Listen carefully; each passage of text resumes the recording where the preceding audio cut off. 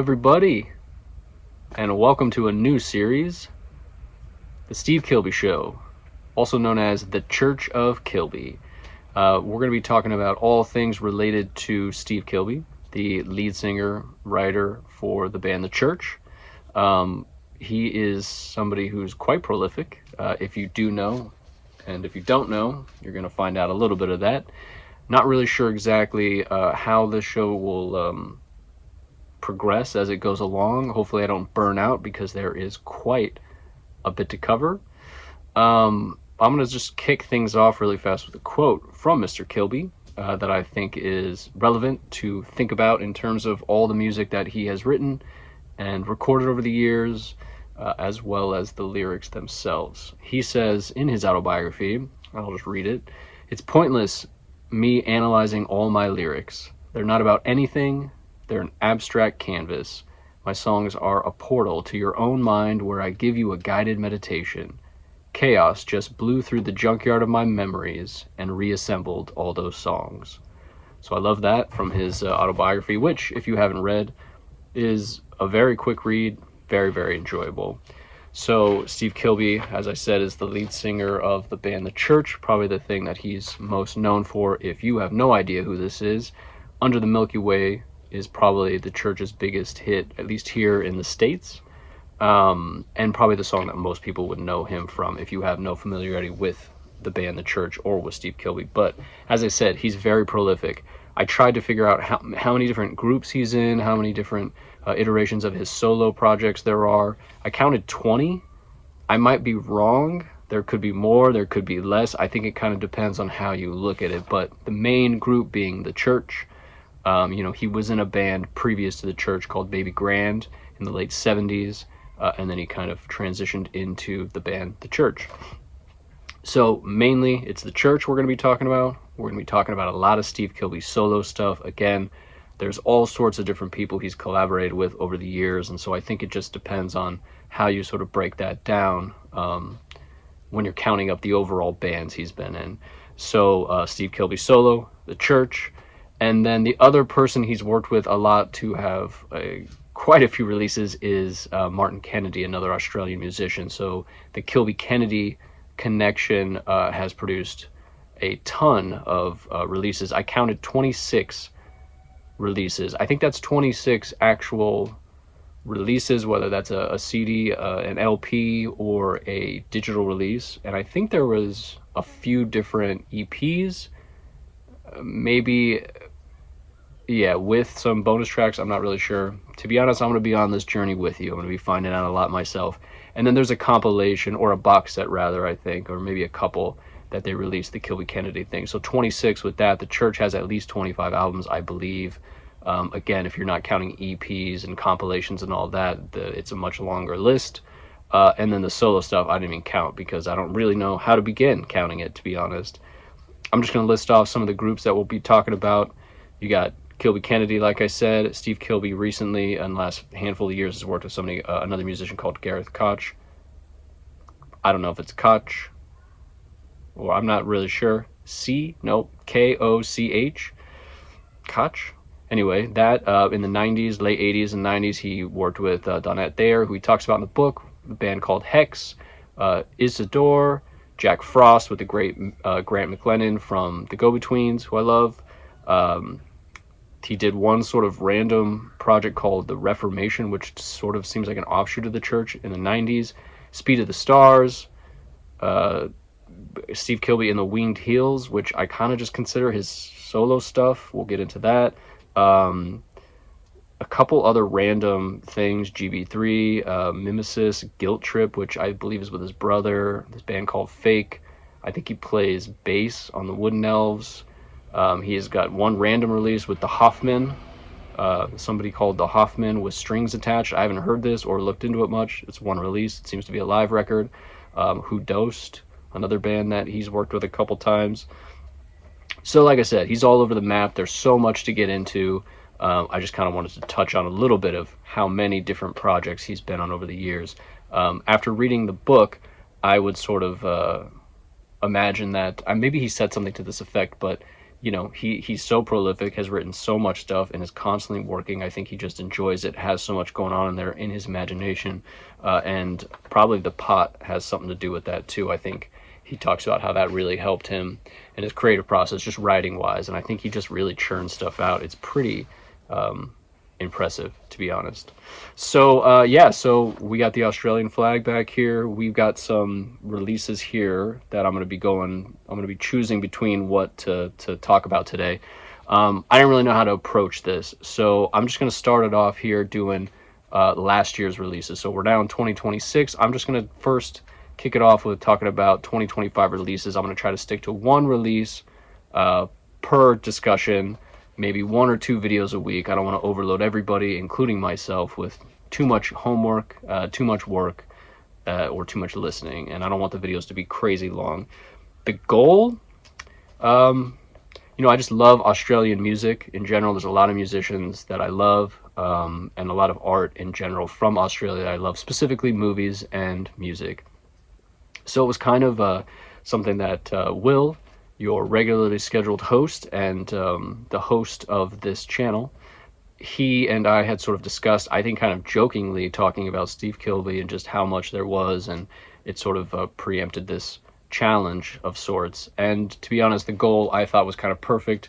It gave me an excuse to bring out all my Australian movies that I have, and I'm kind of just going to dive in for the next 6 months. The goal is from now, January, through June. Why June, you ask? Well, in June, the church is coming back to the States on their singles tour, which they haven't done before. And it was scheduled for last season, but there was a family emergency, I believe, for one of the band members, and so they had to cancel and reschedule. Kind of worked out for sort of this project, I guess. So they'll be back in June. And let's get right into that. So in June, they're going to be in California and also in nearby states, including Arizona. If everything went perfect to plan, which we know life doesn't do that, maybe I'll set up a GoFundMe for this. If you feel like you want me to make this happen, please feel free to send some money to me. But in an ideal world, I could make happen the June 9th trip to San Francisco, the June 10th show here in Los Angeles, the June 12th show in Solana Beach, California, which is just about an hour south of here, I think, of the Los Angeles area, and then 2 nights in Phoenix at the Musical Instruments Museum, which, by the way, if you are a musical instruments fan and you live in the States, or you don't live in the States and you're like, what the hell do I do in Phoenix, Arizona? It's boring as hell. I wouldn't argue with you completely, but MIM, or the Musical Instrument Museum, flag, is actually quite great. A lot of great history on musical instruments. There's a whole Arizona section if that interests you as well. But they have a theater there that I've been meaning to try to check out, and the church will be playing there. So there's these these 5 shows I've highlighted that if my wife accepted this challenge and said, yeah, you can spend the money to do this, and I had the time, then in an ideal world I would hit all 5 church shows: San Francisco, Los Angeles, Solana Beach, all California, then 2 in Arizona. What's realistic is the Los Angeles show. We'll start there. Anyway, that's June 9th to the 14th. So the goal is to at least extend this through that time.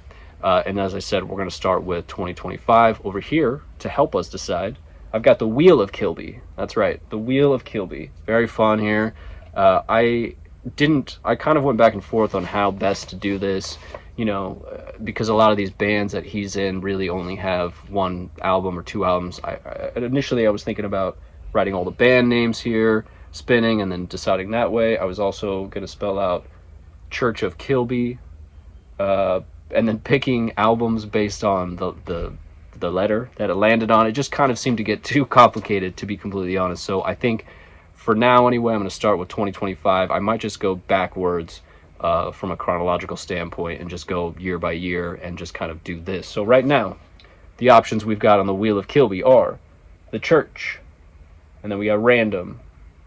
Oh, this must be the beginning. The church, random, Steve Kilbey, which will be all things Steve Kilbey solo, random again, Kilbey Kennedy. I really just went random in between the 3 who he's got the most output from: the church, all the solo stuff, and then Kilbey Kennedy.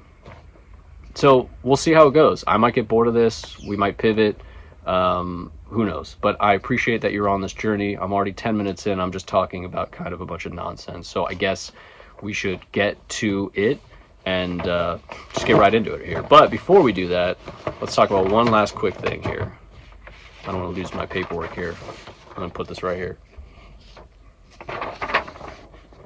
This flag goes to this country. This is a great drawing, if I may say so myself. Steve Kilbey is an artist. He draws. Hopefully he'll watch this video at some point, and he'll look at this and think, that's great, I need to paint that. So this is Australia. Steve Kilbey is from down here in the New South Wales area, kind of near the Canberra. He was born in England, and then his family moved very, very young. He was very young, into New South Wales, in and around the Canberra area, I think. I just read that autobiography. I should probably remember, but I just wanted to note that that's where that's at. And, you know, anybody who knows a little bit, I guess, about Australia, I don't. I'm no expert by any means. I just sort of imagine that this is kind of the hub of action, right? You got Sydney, Canberra, which I think this is New South Wales is the capital. Melbourne's down here, Adelaide. These are all pretty big cities. Perth, way, way over here, is also a pretty big city, and I actually know somebody from Perth. My wife's boss is from Perth, interestingly enough. Darwin, you got that way up there. Brisbane, and just to talk about some of this a little bit if you're interested, Brisbane, the go-betweens are from there. Newcastle, Silverchair, from there. Sydney, obviously lots of bands from there. Melbourne, you got people like Nick Cave and the Bad Seeds, Kylie Minogue, stuff like that. Adelaide, the fantastic Paul Kelly. Perth was the Triffids. This is probably like one of the big bands from there. But so lots of music obviously happening all over here. A lot of great music. The Church and Mr. Steve Kilbey being 100% in my top 5 favorite Australian artists of all time, and high up on the all-time list for me anyway. I'm excited to dive into this, trek. So anyway, without further ado, let's just get into the options today, the 2025 releases. I don't have them all up right here. I actually might be missing a couple of the things. You know, there were a few compilations, this Jack Frost being one of the things. I could talk about that in 1990 and 96 when those came out, but since this release came out in, last year, I figured I could talk about that there. But these other ones are all pretty much new to 2025, and as you can see, he's prolific, as I've said many times, and last year was no exception. I thought 2025 is a really good year to start with because there's quite a bit of work.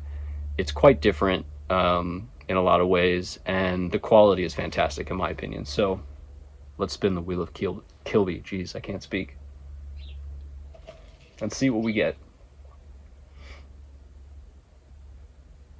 Hang on a second. Let me start at the top. Oh, this is the top. Okay. Sorry. I tripped myself out. Let's just try it again. That is on barely, but it's on random. Barely. Almost Steve Kilbey. So, either way, random or Steve, it's close. So we got a Jack Frost compilation. We got a Kilbey Kennedy record. We've got a Steve Kilbey and Gareth Koch. I really should find out if it's Koch or Coach or could be Cock. Who knows? And then we got Speed of Stars up here and Steve Kilbey in the Winged Heels. We're going to just go with Steve Kilbey in the Winged Heels, I think. So I think the reason to start with this one, since it's a random and also a Steve Kilbey, sorry video, you just got all wonky, is because it also came out earlier in the year. I can't remember the release order of all of these, but this one definitely was one of the first couple to come out. So without further ado, let's just jump right into it. Our first album discography review. Steve Kilbey and the Winged Heels present The Road to Tibbora. There's a really wonderful video from, I think, January of 2025 or maybe December of 24 on Steve Kilbey's page, which, by the way, on Instagram, there are 3 different accounts, I think. He's got his merch page, he's got his page, and maybe there's another one, I can't remember, but this is in addition to the church, of course. And on one of these, I think his main page, he posted a really great, it's a very long video. Well, it's not super long, it's probably 10 minutes or 15, 20 minutes, something like that, where he was talking about all the releases that he was planning to do in 2025. So I meant to revisit that, but because I found it very enjoyable, him talking about everything that was coming out last year. So if you go to Instagram and check that out, you can hear him speak to all this stuff. He probably has some details on all the releases anyway. But let's go with this one. Steve Kilbey and the Winged Heels, The Road to Tibbora. Tibbora, we're going to get a little geography lesson. I looked it up, and I put it on the map. It's right there in New South Wales.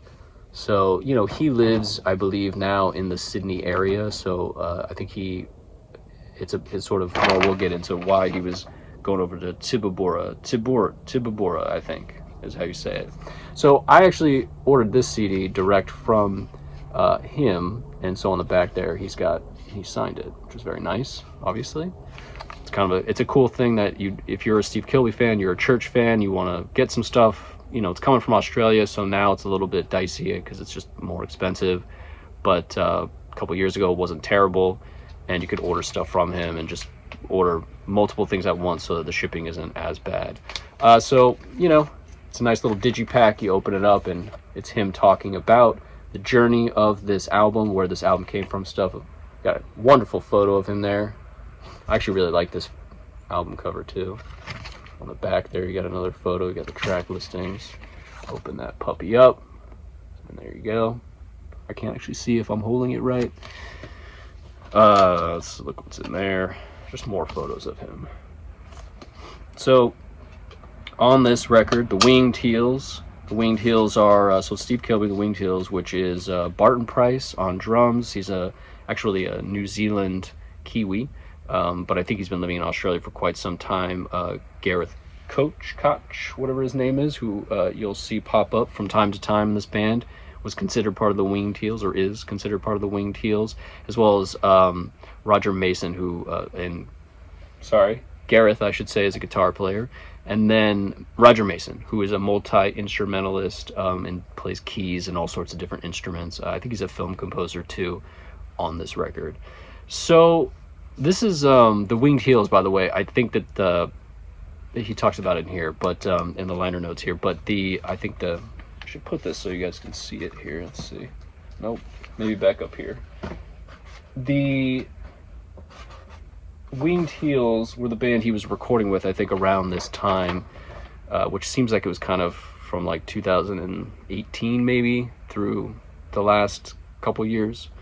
And so these guys, he was just kind of recording with it. He called them the Winged Heels. He had done a couple albums with them prior to this, 11 Women, and then also the Hall of Counterfeits. So those are two solo albums that he also does with the Winged Heels. Again, so is it a Steve Kilbey solo project, or is it Steve Kilbey and the Winged Heels? You could go either way, but those guys were all on this record, as well as those other two that I mentioned. So I'm holding this as if you care to see where Tibbora is again. But yeah, so I really like this album, and in reading the liner notes, it's an interesting journey. Apparently, Steve met some guy named Julian. This guy, Julian, was casting him, Steve, to be a small part in a short film. They filmed it. I think it was close to being finished. It got screened a little bit, and it just never really went anywhere. And I believe that sort of had their working relationship intact. They liked it. It might have touched a little bit on Tibbora. And so they kind of, because that didn't go anywhere, turned it into another feature idea. Another film idea. I don't know if it was actually feature or not, where this guy Julian, I think that's what his name was, wanted to get together some other Australian arty types, put them on, a bus, or they all drove in a caravan, or they just all drove in their own cars from where they all lived to Tibbora. And on the way, they were going to stop, film some stuff, blah blah blah. Once they got to Tibbora, like have a little film or shoot something there. Same thing happened there, where they actually, I don't think, shot much of anything, and it got abandoned. And then a little bit after that, this guy Julian again pitched the idea of making it a musical about a character, again played by Steve Kilbey. It's all about Tibbora, the road to Tibbora, I suppose. It had a small run. I think it was, a very arty, probably small indie theatrical thing. Theatrical being play theater, not movie theatrical. And I can't remember all the details, but essentially, Steve Kilbey also wrote the music and the songs for this musical, and that is what you see here on this release. He decided to release it here. So with the band, the Winged Heels, they recorded these songs and put them out on this album. I think that short film was called Space Junk, by the way. And then, yeah, it was just like Space Junk. The short film turned into nothing. Then the film that they were trying to make, which Tibbora was like out in the outback, didn't turn out to anything. And so then the musical happened. Now, I think Steve says that, Mr. Kilbey says, that the album isn't in order necessarily of what the events of the musical or anything like that. So it's up to us as the listener to decide if they need to be rearranged or whatnot, or you can just listen to it and make your own story from it, which I like. I feel like he's very much into, creativity from not just his side, but from what he can get from or get out of the listener, right, and his fans. So I really like this album. When I first listened to it, I thought it was really good, but I kind of put it down and forgot about it for a couple months and picked it back up, and I ended up listening to it quite a few times last year, and then quite a few times again just to get back into this. And there's a lot of really good standout songs. There's 14 songs on this album. I would say half of those are excellent songs. The first song, Adrift, opens it up very beautifully. I really love that song. La Nina, which is track 3, is great. Desert Ship, track 4, is excellent. Track 5 and 6 are also both good. So 3 through 6. That's La Nina, Desert Ship, Stevie's song, Silver City Highway. Those are all really good. And they got a nice little arc in those, I think, in those 4 songs. And then you kind of skip down a little bit to, I would say, track 11, I Love, Wouldn't Be Dead for Quids. So good. Pink Champagne is great. And also the very last song, Last Drinks. Those are all really good songs. So if you're trying to give something to spin today that you haven't heard from him, or if you just want to re-listen to it, I really like this album, The Road to Tibbora with the Winged Heels. It came out in 2025, as we're going to kind of see. We're going to do his 2025 stuff first, and it's really good. I don't really know if I missed anything, but as I said, we got the live shows coming up in June of this year, 2026, that we here in Australian garage heaven are getting excited about, and I appreciate you coming on this journey with me. Hopefully it's fun, and they won't all be super long like this. This is just kind of the intro video to kind of get us excited and tell you a little bit about what's happening, and who knows, hopefully we'll have lots to talk about. I'm looking forward to hearing comments or any sort of thoughts people have about this. So welcome to the Church of Kilbey, the Steve Kilbey Show, episode 1, with your host, Sean. Looking forward to seeing you soon.